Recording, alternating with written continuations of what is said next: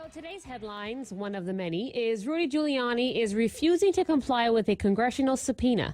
President Trump's personal attorney told ABC's News, "We'll see what happens." 3 House committees had issued a subpoena to Giuliani for his documents related to his pursuit of investigations he wanted Ukraine to do. There is another story that happened last weekend, and it was President Trump saying he doesn't know if Giuliani is still his lawyer as impeachment proceedings heat up. We're, 3 weeks into this already, and we're still talking about it. Joining us on 710 KURV is Dr. Nathaniel Cogley, who teaches political science at Tarleton State University, our guest on 710 KURV. Dr. Cogley, thank you for joining us. I guess, to me, when I read the headline that Trump says he doesn't know if Giuliani is still his lawyer, it's like, you're the one hiring him. How do you not know if he's still your lawyer? Right. Ultimately, it'll be his decision whether or not Giuliani is his lawyer. But Giuliani, as a personal lawyer, some Democrats have threatened to prosecute Trump when he's out of office. And this is why some of the big issues that have come up as Democrats look at impeachment inquiries involving Trump in his office is something that he wants to also defend himself outside of office, and why he may have a personal attorney involved. Certainly, it's his choice and Rudy's choice whether or not they work together. Yeah, this is Davis Rankin. Do you know how many or which Democrat of significant with a reputation wants to prosecute him when he's out of office, and for what? Well, that's come up in the Democratic primary debates. Kamala Harris certainly said she would prosecute Trump outside of office. She is an attorney general, of course.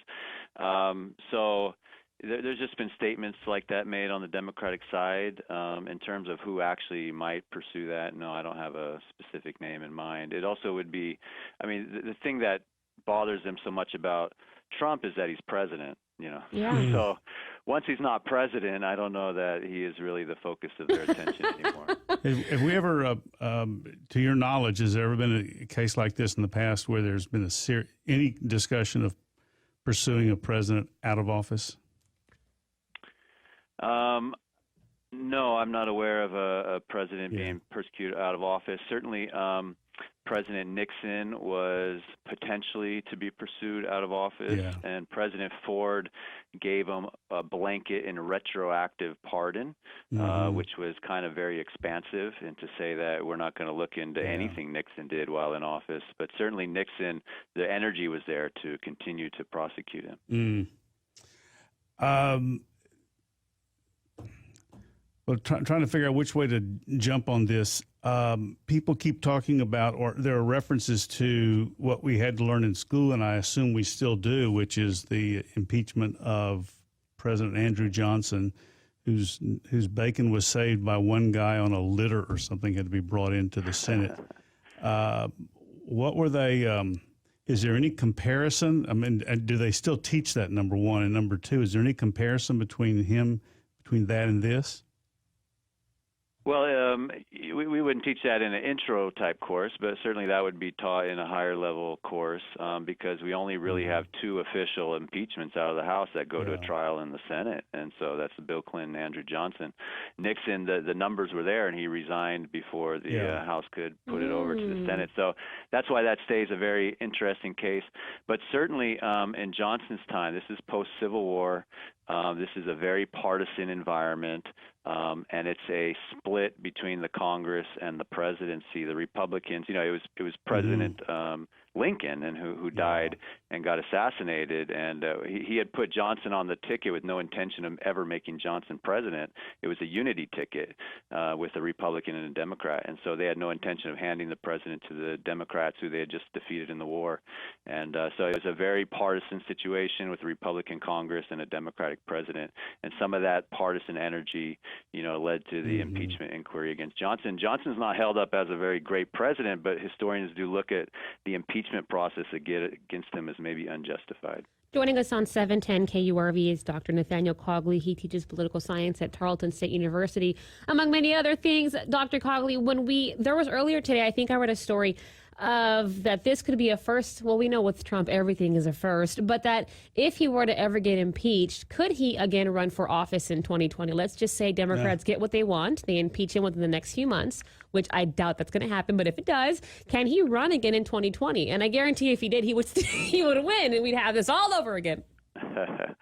Well, again, impeachment's a two-step process. So all the House can do is make a formal charges, and then the Senate actually decides whether or not he's convicted.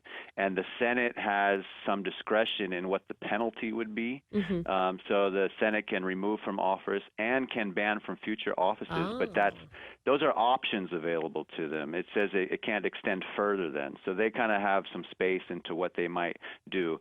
And we're just so far from that because there's a question now, even if there's votes in the House.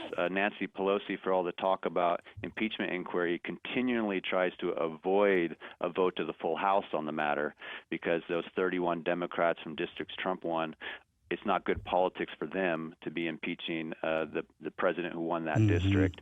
So she's avoiding House. So it's a question right now, even if the votes are there in the full House, they might be, but that's the most this goes because the Democrats only have 47 senators. You need 67, two-thirds, to actually impeach in the Senate. They're a million miles from that. And then if you're in a scenario where that takes place, then they would have to put in there the stipulation that he's banned from future office. I wonder. Go ahead. Sorry. So I'm just saying that they're nowhere near 67 votes, let alone 67 agreeing to ban him from future office. But if it's just the House, bringing formal charges, sending to the Senate, Trump's eligible to run, and he could likely win. But they have they actually really brought this to formal impeachment charges? Because they haven't. No. That's my whole point. They haven't. So all this impeachment talk, is it just political theatrics? Because Nancy Pelosi is saying, here, we're going to investigate this. It's not really official because they haven't had a House vote on it yet. Well, that's entirely correct. Now, she finally started to embrace the language. So she was avoiding that language, saying that the committees are investigating and looking into infractions. But now in her speech, she embraced the language of impeachment inquiry, but she has yet to actually bring this to a formal vote. She has yet to set up a select committee for the process. She has intentionally avoided that stuff. So, impeachment inquiry is vague. The House can create its own rules. She does have the ability to go about this through the process that she's going to determine, as long as she's supported as Speaker.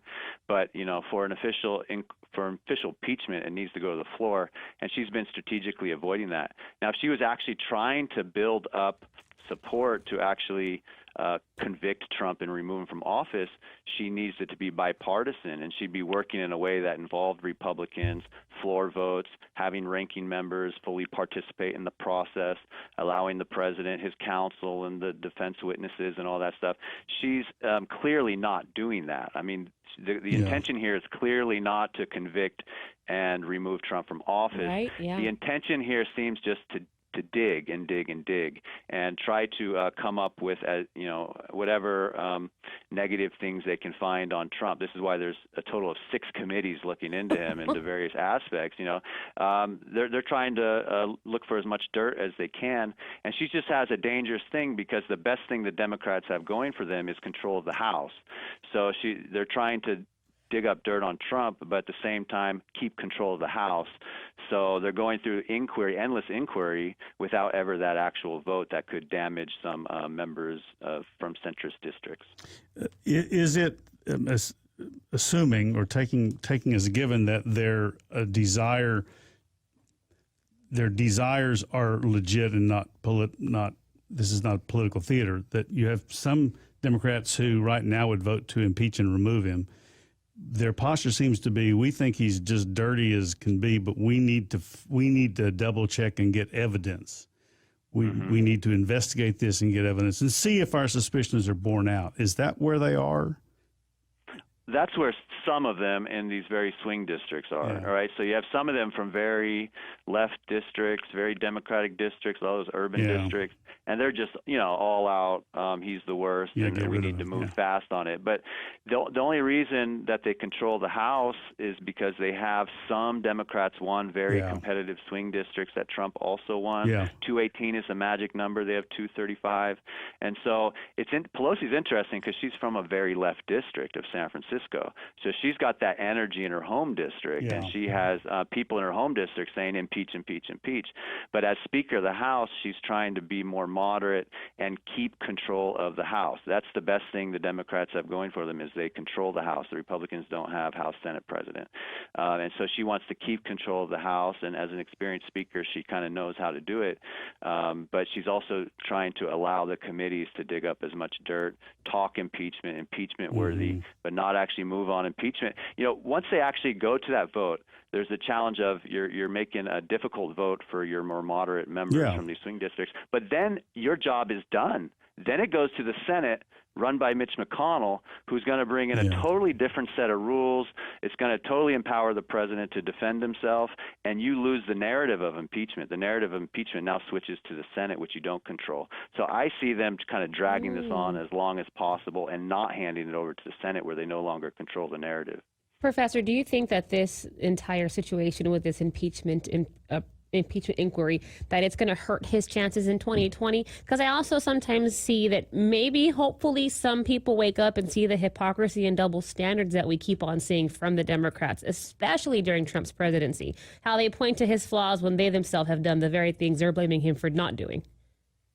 Yeah, I just think the fact that there's impeachment inquiries won't harm him too much. People understand we're in a hyper-partisan environment. Just the fact that they were looking in, or some members from left districts said it.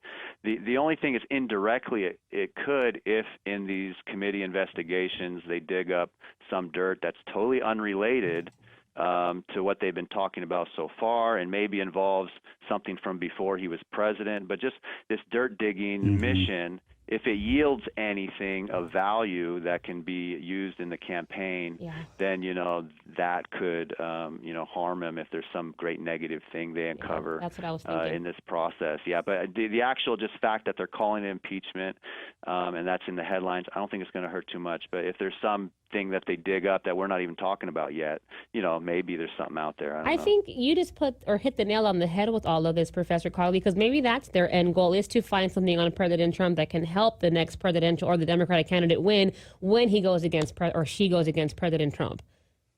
Yeah, just digging up whatever they can, and they're kind of interested in anything.